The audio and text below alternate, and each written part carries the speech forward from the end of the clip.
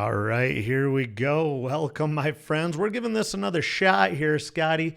Thanks for joining us. Welcome back to episode 5 of the A to G Show 2.0. Great to have you in tonight. I am Adam Amble coming to you live from Castle Rock, Colorado. Before we get started, G is unable to join us tonight as his grandpa passed away this morning. So we send our thoughts and prayers to Garrett, JC, and of course the entire family. I had a privilege of knowing Papa Collier was a great, wonderful human being and will certainly be missed. So again, I send out my personal thoughts and prayers to the Collier family. I would also like to say happy birthday to G. I know it's not the focus for the family right now, but happy B-Day, bud. Hopefully he'll be back here next week. We look forward to that. He wanted me to tell everyone that he misses you, so get back soon, man. Sitting in for G tonight is a familiar face from last season, and that is none other than Scott Ulibarri joining us live from White Lake, Michigan. Scotty, how you doing out there, buddy, for take 3? Doing well still. All right. I know that's good. It's been sorry everyone for the technical difficulties. Scotty, are you able to view it yet or? Yeah, I saw that it was going live. Okay, cool. Yeah, let us know, folks, if you can see this. Okay, we've basically broadcast privately the last 2 sets here, so apologize for getting started a little later than usual. We might have to cut out some topics, but no big deal. This is I think we're looking good, buddy. I think we're all set. So You on that because I don't know what I'm doing with this. right on. Again, thanks everyone for joining tonight on A to G 2.0. I apologize for starting a little late again. Again, this is Interactive Social. Make sure to leave your comments, any of your thoughts. Make sure you share us over there in the comment section live here on Facebook. We are live on YouTube too, so if you want to go watch over on another stream, just head on over to YouTube, type in the M Factor, and click on that link. We should be going live right there now on 2 platforms, which is kind of nice, so we don't limit the audience, basically. But thanks again for joining us tonight. We got a good show for you. Let's jump into the first topic of the night, and Scotty and I have already discussed this twice now, so let's rock and roll, Scotty. This is your favorite and least favorite sports venue. Go ahead, buddy. Folsom Field, Boulder, Colorado. Tons of good memories there. A couple of heartbreaks, a couple bad seasons. Good sized stadium. You know, it's not big like a Big Ten stadium, but it's big enough, and they always have a good crowd there because it's not so big, and they also have nice amenities. Older stadium in some portions of it, so it's got a little bit of charm to it. And great views, great weather, just all around good place to watch a football game. Yeah, I've actually never. It looks like a beautiful stadium, though. How's the crowd noise at that place?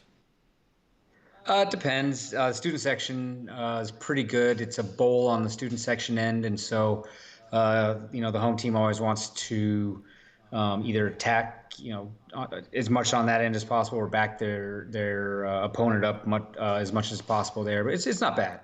I mean, Okay. it's not like the big house or anything by any stretch, but it's a good crowd. Okay, that's cool. That's cool. And of course, that's your alma mater, right? So yeah, and I kind of went along the same lines of following my alma mater.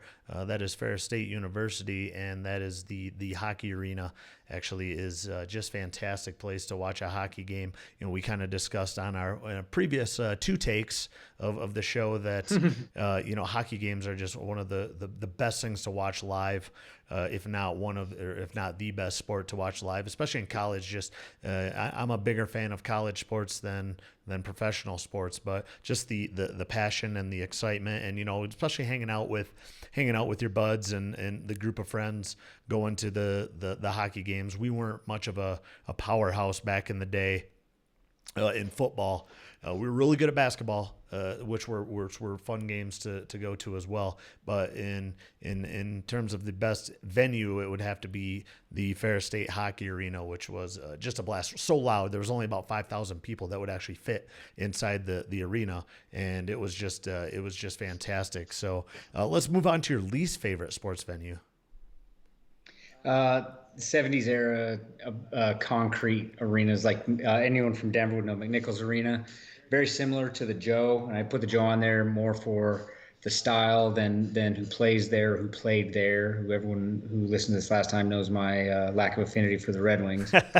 But they were just these kind of sterile '70s concrete buildings with poor amenities and poor bathrooms and one concourse, and I just don't like that style. Yeah, I was relative. Totally understand what you mean by that. And for me, I'm going to go with the obvious. We kind of mentioned this before. This is sadly for everyone just joining. Scotty and I have had two takes on this so far. So this is his third time hearing this, and so just hang with us, folks. Thanks everyone for joining. Mine was Spartan Stadium, simply because of the terrible design of it, their lack of ability to sell out. Uh, and of course, I see Tim Collier and JC's on. Thanks for joining us, guys. Sorry to hear about your dad, but yeah, it was Spartan Stadium was my original choice. Colliers, I know you guys are Sparty fans besides G, so tell G I got his back on this, but it was Indy Motor Speedway was actually my pick for the my least favorite stadium, and I picked Spartan Stadium not because of the school. I was mentioning this to Scotty earlier, but I picked Indy Motor Speedway because the venue itself is just terrible. One, it is a motorsports venue. And normally in the United States here, you can bring in, your own beer, your own cooler, your own alcohol, adult beverages per se into the venue. Well, at Indy Motor Speedway, you can't do that. It must just, I don't know if it's stupid Indiana. Hopefully K-Fed's not watching, but hopefully, I don't know if it's a state law or whatever that they can't do it, but Indy Motor Speedway was my choice, and there's no shade. There's no good spot to watch the race. You cannot see the entire track from any point in the stands. So that was really that's what really stuck out to me. The easy one, of course, is Spartan Stadium, but of course everyone guessed that. Same the way they guessed that. Obviously, my favorite place my favorite place was the Big House, right? So. I wouldn't mind. Maybe if we do get college football back here, Scotty, heading up to a Buffs game, or I would like to go. Let me know an Air Force game. Drive by that stadium every time I go to work, and it looks beautiful down there. You bring up a good one, and I'd forgotten. I've been to games at that stadium. It's a really fun experience going to a service academy game. There's a lot of neat tradition with how the cadets are and how they behave and what they have to do during games. And I really recommend it. I totally forgotten about that. Air Force Stadium is really neat. Plus, it's tucked up there against the mountains. Oh, it's just beautiful. It's a nice It's view. just beautiful. Yeah, I highly recommend it. Yeah, that's a good one. I totally forgot about that. Yeah. That's what a lot of people at work say. That they say, you get the flyovers pretty much every game, right? Because it is a service academy. Yeah. And yeah, they're not going to hold that. And I would just love to see the tradition of what they do before the games, during the games, right? Obviously, and Air Force isn't a terrible squad. They've been decent, in years past. So that would be, yeah, I think that would be really fun, and we're just all kind of praying that college football comes back, right? So that we can get the season in. It's looking pretty good. That's this is happening a lot quicker than I think people expected. So you got a lot of smart people in place for athletics anyway, for certain, to try to do things what's safe for the fans. And what do you think about? I didn't get your opinion on this, Scotty. It's kind of off topic, but about college athletics playing in front of no fans.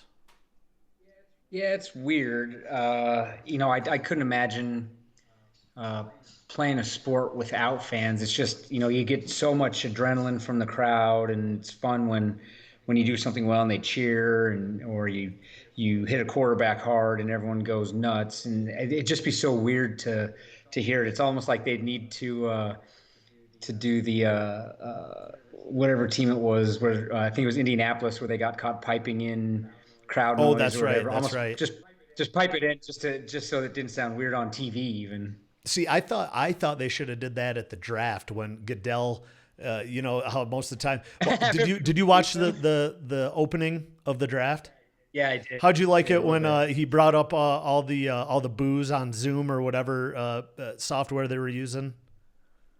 Yeah, it was funny. They did a good job, all things considered. They were in a bad situation, but you don't want to kill the golden goose. They had to make it work somehow, I and agree. and I that's all in all, they did a good job. I forgot to put that in the topics actually, Scotty, but we can sidebar to that actually, because I'm actually kind of glad I didn't because I only watched a little bit of it. I that's didn't okay have very because much what I insight. what I more or less want to talk about how you thought it was presented, not so much of teams drafting, but in my opinion, I thought the NFL and the what ESPN, ABC had the rights to it, but I personally thought that they did a great job.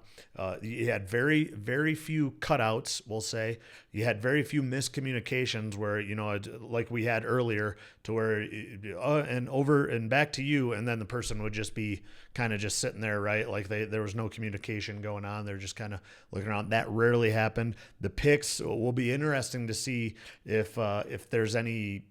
I don't want to say any data stealing from other teams. That would just be terrible. Let's hope not, because that team would be done, right? They would be the most hated franchise for a long time if in this situation they tried to steal data from other teams. If that ever comes about, I can't imagine that would happen, especially with what's going on right now.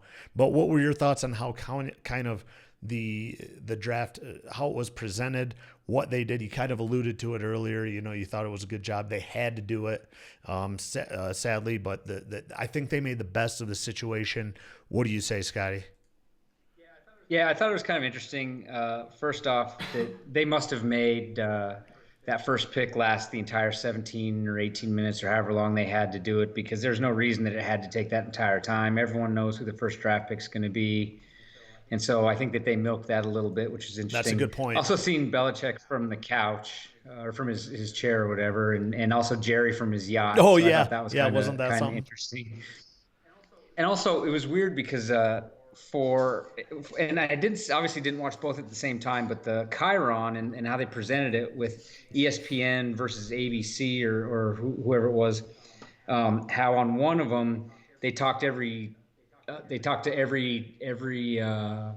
pick about all the hardship they've been through. Like so and so's mom was hooked on drugs, or on the other one they were presenting all the Yeah, positive, yeah. and so I thought that was kind of weird.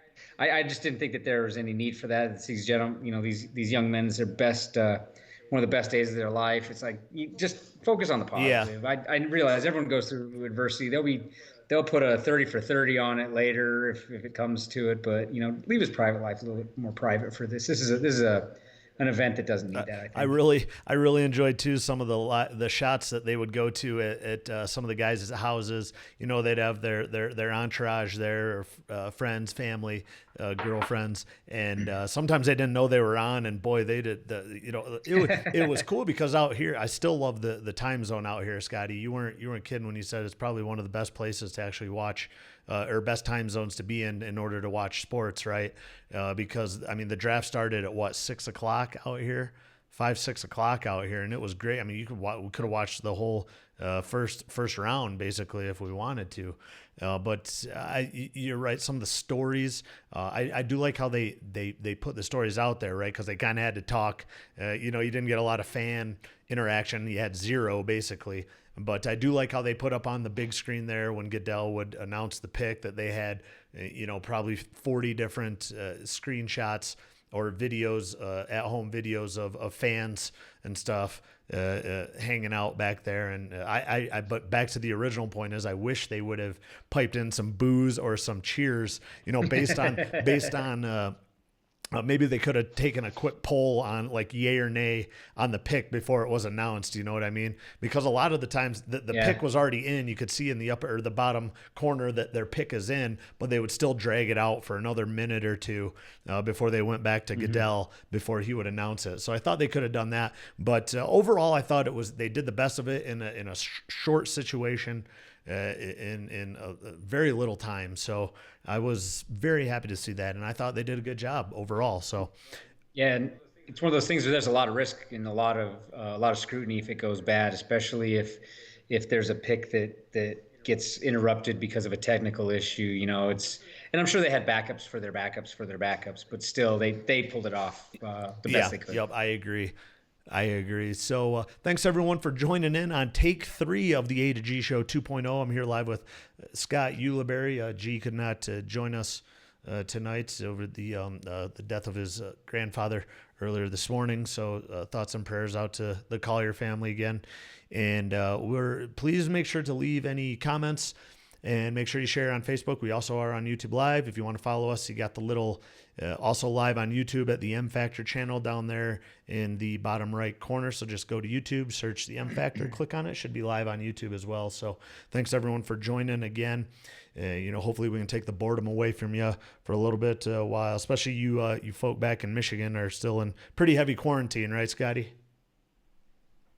Yeah, it's nothing. Not a whole lot's changed. Now we can go to garden stores, but now we need to wear a mask everywhere. I think that's going to be the norm though. So Yeah, so I don't know. It's we're still pretty limited on what's going on. So uh, it's getting really. It's been old for 4 weeks. It's yeah, getting even yeah. older, and there's some rumors about her extent about the governor extending it for another week, and they're I guess doing some horse trading. So everyone's kind of up in arms over Okay. that. Yeah. Well. Yeah. Hopefully. Yeah. Over here in Colorado, it's starting to pick up a little steam as we discussed earlier. But let's move on to the next topic, which should be a fun one. And this is this. I'll be interesting to hear yours actually, Scotty, because I don't know if I ever have the top 3 biggest sports moments, and I have moments or experiences basically in this. So I'm going to go to you, and we'll go to your big 3, and we'll discuss those. So what do you got? What do you got for your 3 biggest sports moments in life, Scotty? Yeah, so the first one I think, and it made one of the I can't remember what number it was, but it made one of the NFL's all-time greatest plays. Actually, 2 of them on my list did, but I thought of another one that I might have to replace with it, and that's Elway's helicopter in the Super Bowl, where they were playing the defending champion Green Bay Packers. It was third and long, I think like third and six. Nothing's open. Elway goes to scramble, dives, gets hit in midair, and spins around. Everyone goes nuts. We were all going nuts watching it. Denver was in a position to where they were still in the game, whereas all the previous Super Bowls they've just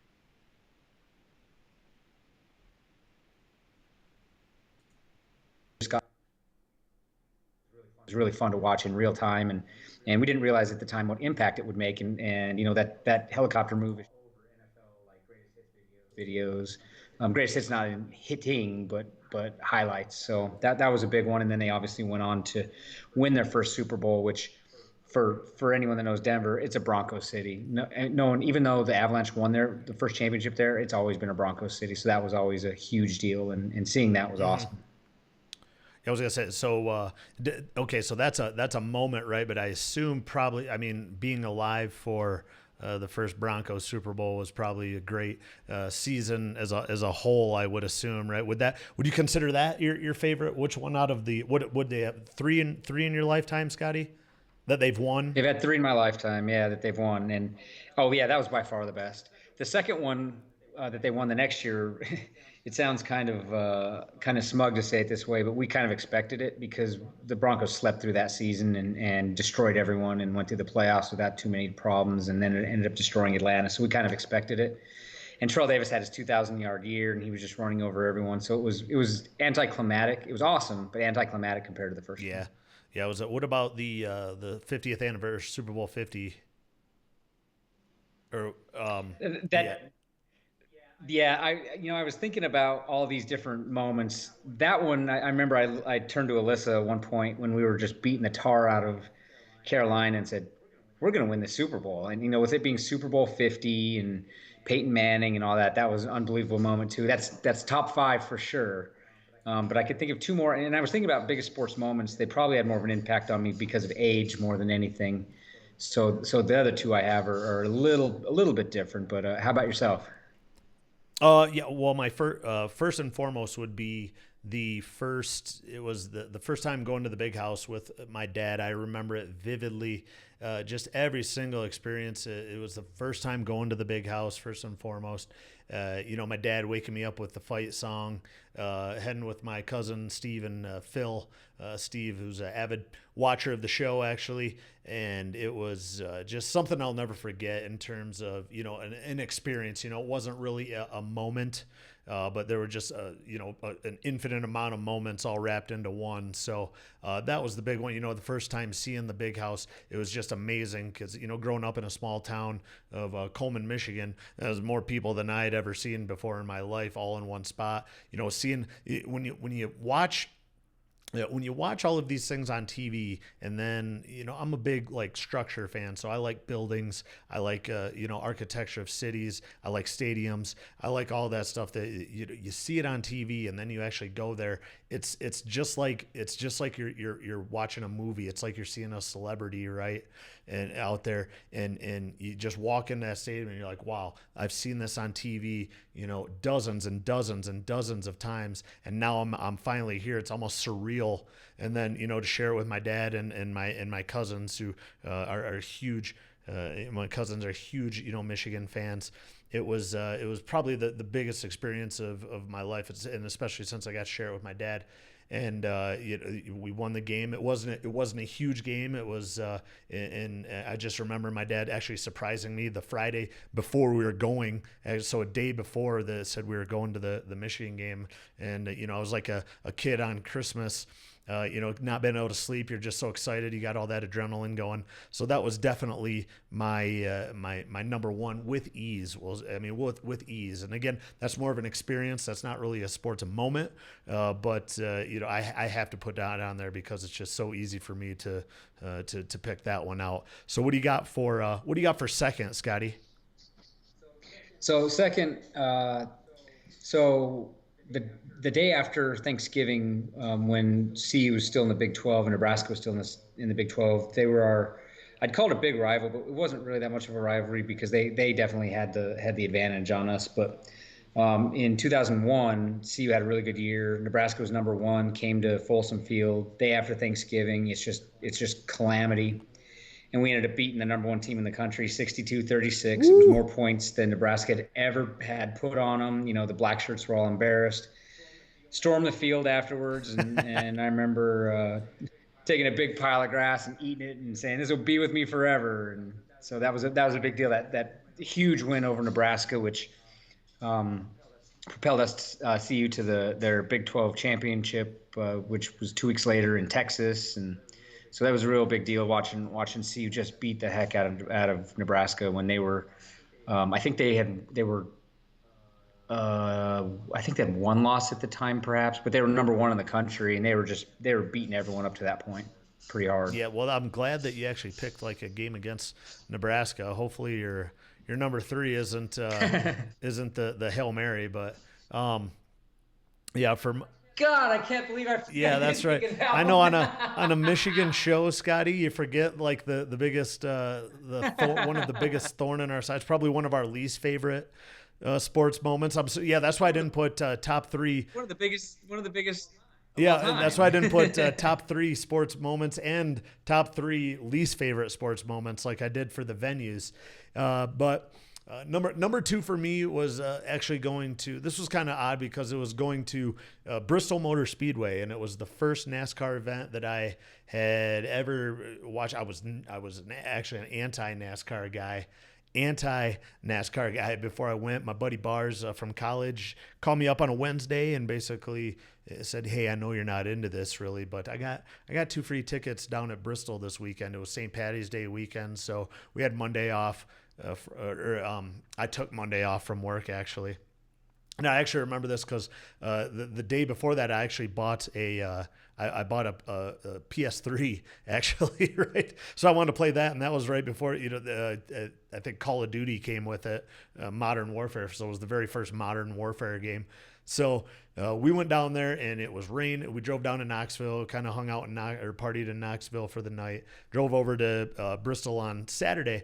and it was raining. So the nationwide race, which is kind of the JV race, basically, it was raining. It was nasty. And again, driving up to that stadium, I mean, you think the Big House, a lot of you guys have been to the Big House before, but it's not that impressive. It is now with the revamp and the modifications they made to it with the brick arches and stuff. It looks beautiful. Don't get me wrong, but before they did the revamp of the Big House, basically the outside, it didn't look that impressive really. It wasn't like, because a lot of it's underground, right? A lot of it you go down into the ground, so it's not very tall. But Bristol is all above ground, and it's 165,000 people. So we're talking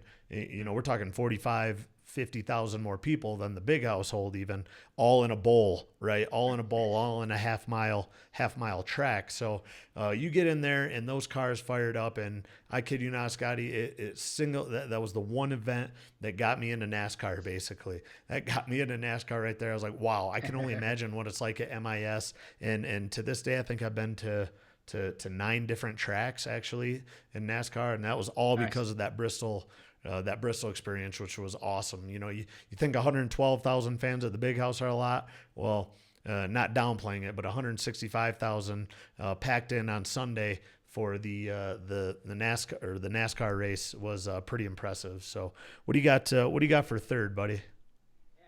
Actually, I want to. You got me thinking about this. I a little bit of short notice, so I was kind of going through things, and I want to replace my number one. One of my earliest sport memories, kind of along the same lines with you visiting the Big House with your dad, going to the drag races for the first time with my dad. I was 6 years old in kindergarten. Same thing. Couldn't sleep the night before. I loved cars and racing and all that. And I was more into drag racing than anything. And I'd been a fan forever. And so going to the drag races the first time with my dad when I was like 6 years old, and then we went every year consecutively for years and years and years, basically until I moved from Denver. So that's probably number one in retrospect. Sure, yeah, that's you can't beat the times going with your dad to the first events, regardless of what event it is, right? It's very memorable. Yep. and one of the best times ever. So we are a little stripped for time, considering this is take 3, Scotty. Do you got a topic that you want to discuss, or like we'll do one of yours, and then we'll get into the closing for tonight, because I do want for you folk out east, it's getting past your bedtime, so. No, I didn't really have anything to prepare, or anything prepared other than the topics that we discussed. Okay. It. The one thing though, I thought this was kind of interesting. I wanted to do one of the favorite places to watch sports, because I thought that this was interesting. Go for it. An interesting question. So as far as your favorite place to watch sports in a non-venue, to kind of piggyback on the venue place.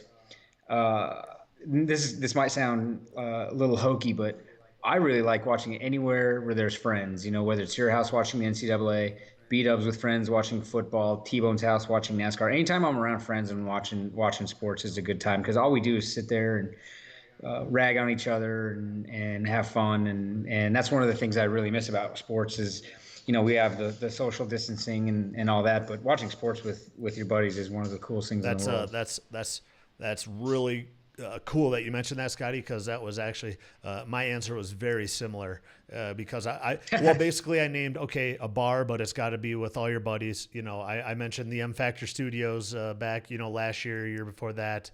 I referenced T-Bones for the races. I mentioned even at the families, the families, whether it be cousins, aunts, uncles, your folks' place. Anywhere where there's a solid group of people, especially when you're all kind of cheering for the common goal, right, of your squad, especially when you're all fans of the same team. I mean, gosh, how many times did all of us erupt, especially watching Michigan basketball, watching Michigan football, just some certain moments in time where I thought we were going to bring down the house. You know what I mean? With with Yep. 10 to 15 of Michigan fans just all cheering for the common good. So for those of you who don't know, the question is, name your favorite place to watch a sporting event other than live, obviously, or just at your own home.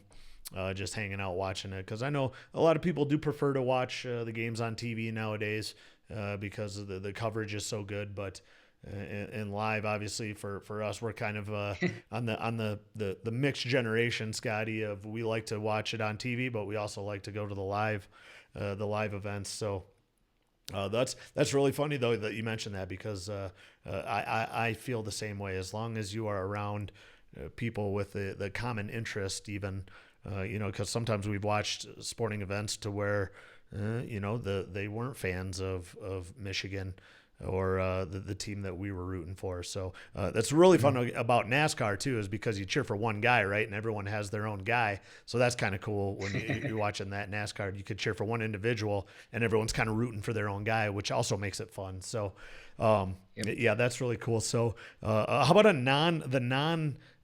what about your do you actually have like you mentioned about friends, but was there an actual place or bar, whether it be in Denver or Colorado, Michigan? Was there an actual place where you just if you do get a group of friends together, was there? I'm gonna say your favorite bar to go to watch a game, or really does nothing really stick Yeah. out? Yeah, we used to go back in Denver. We used to go to the sports column to watch Bronco games a bunch, especially like playoff games, because they'd have tons of fans, and they're all Denver fans. They're packed in there. They have specials. Everyone's going nuts. That was always fun. But a lot of times, especially back in Denver, we tended to watch mostly at other people's houses with our diehard Yeah, friends. yeah. So, but as far as other than that, yeah, like sports column, we were big into. That was the only one I could really think of for Yeah, that. well, I'm actually became Jess. Jess introduced me to Lodos downtown Denver, which is a Michigan bar. We went there for the opening game, and that was fantastic. So appreciate that. We'll probably be heading there again, assuming there's a season. But yeah, we actually Jess and I actually went to Lodos 3 times this last year. So we watched the bowl game against Alabama, which was kind of sad. We were playing well at the beginning, but didn't turn out well. And then we watched Michigan, Indiana, and then Michigan, Middle Tennessee State. So really cool bar. I really enjoyed it. Met some Michigan peeps there, and that's what it's all about, right? Is again, you're all cheering for the same squad, all for the common good, right? All for you got something in common there, regardless of where you're from. Everyone kind of comes together, and kind of felt like I was at home for a little bit there. So that was fantastic. Thanks, Jess, for taking me down there, because that was a blast. Yeah, we're gonna have to close up here soon, Scotty. But I do want to know your thoughts. For those of you who I don't know if the fake media really broadcasts this, but what about the UFO? The thoughts on the UFO footage that seem to be. I don't know what's going on nowadays. I mean, really, it wouldn't be surprising if aliens invaded us this year, right?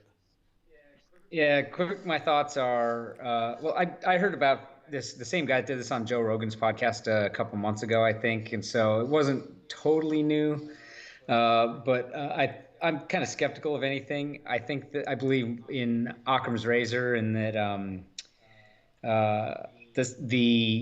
you select a solution with the fewest assumptions, and I can't imagine that it's there's a lot of talk about it being okay, some sort of Chinese super spy plane or something, Of but course, of course. for them, they don't invent anything, and so to have something that's Exactly. that like a level of or an order of magnitude more advanced than anything that we have or know about, I think is unlikely. So I'm skeptical as to what it is, and what would really give it credit is if they declassified the information on that AA tip program, and maybe if they released some records there on that super secret program. I'd be less skeptical, perhaps, depending on what it came out with. But I just I don't know. I don't see it as much of anything. It's a fun story given the current environment. It's not Trump. It's not COVID. It's not Russia. Not China. It's kind of I think it's kind Yeah, of fun. yeah, gave people something else to talk about, right? That's all I was really Yeah. looking for, was just a little bit of a, a little bit of a something to diverge from what we're all stuck with talking about now. One, no sports, but I think we've done pretty well with some of the topics. And again, a lot of these topics, I see them on Twitter. I really have to congratulate some of the sports media for keeping it sports, which is tough to do. A lot of those guys guys and gals want to make it lean towards politics, I'm sure, and policy or the virus. And a lot of them, there's a little bit of the people that I listen to anyway, a little bit talk about the virus, but of course you have to, because it's affecting all the sports, right? But other than that, they're trying to keep it real and keep it with true sports stories. You can't talk about games or anything. I'll tell you what, though, Scotty, if there is a league, like an abstract sport, that is going to come back, and they're the first ones to do it, they are going to boost in sales. I guarantee it. Imagine something like, what if like soccer comes back to, I mean, I hope not, but because I'm still not going to watch it, right? I don't know if JC's still watching, but I know he'll have my back on that one. But imagine that's all you're going to have to talk about is soccer, or like, even if like hockey comes back, or minor league baseball, or some college sport. But what do you think of that? If one sport comes back, it's gonna be huge for them, and maybe for like a week, and especially if they come back with social distance fans or something. They could do that. Yeah, I got two thoughts on that. First, I'm curious to see if the UFC can pull off this Fight Island. Because if UFC could do that and actually have a sport, everyone will Yeah, watch it. I know yeah, I'll buy it. yep, I'm sure they can figure that out. They can test everyone and make sure everyone doesn't have it before. But then the one thing that I don't understand that they have been able to do is tennis. You don't get anywhere near each other in tennis. You don't have to have a crowd because the crowd's quiet during tennis yeah, yeah. anyway. Do tennis. Yeah, that's a good call. Actually, that's a good one. I like that. And to be honest with you, I would watch. I would watch.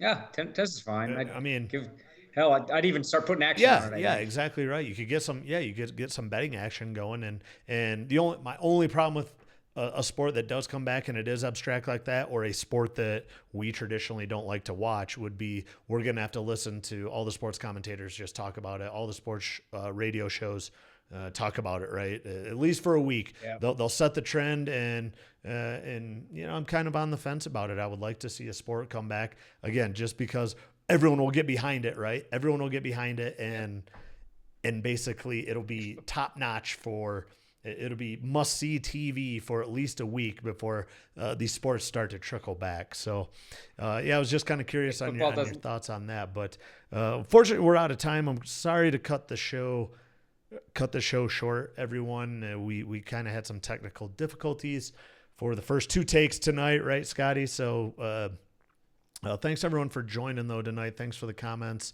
Again, apologize, it's a little short again. Thanks, Scott Ulibarri, for joining us live from White Lake, Michigan. Probably going to try to get G back here next week, if not later this week, if he's up for. Again, thoughts and prayers out to the Collier family, and happy birthday, G. Everyone, again, thanks for all the healthcare workers again out there fighting this on the front lines, especially the members of my family. Scotty, anything to add before we close shop tonight, bud? Same, thinking about the Collier family, and happy birthday to G. And if football doesn't come back, we riot. Oh, that's a classic last statement right there. You need to get a new hat there, Scotty. Oh, hold on, buddy. There we go. Make football again. Oh, that'd be solid. Make it happen. Make it happen. All right, buddy. Well, thanks for joining tonight. Scott, yep. See you, buddy. Everyone else, thanks again for joining. Again, we are live on Facebook. You catch it later on. It'll be on my profile page. If you missed it, it'll be uploaded on YouTube. Just search The M Factor. Click on the link. Make sure you subscribe. And we will talk to everyone soon. Everyone stay safe out there.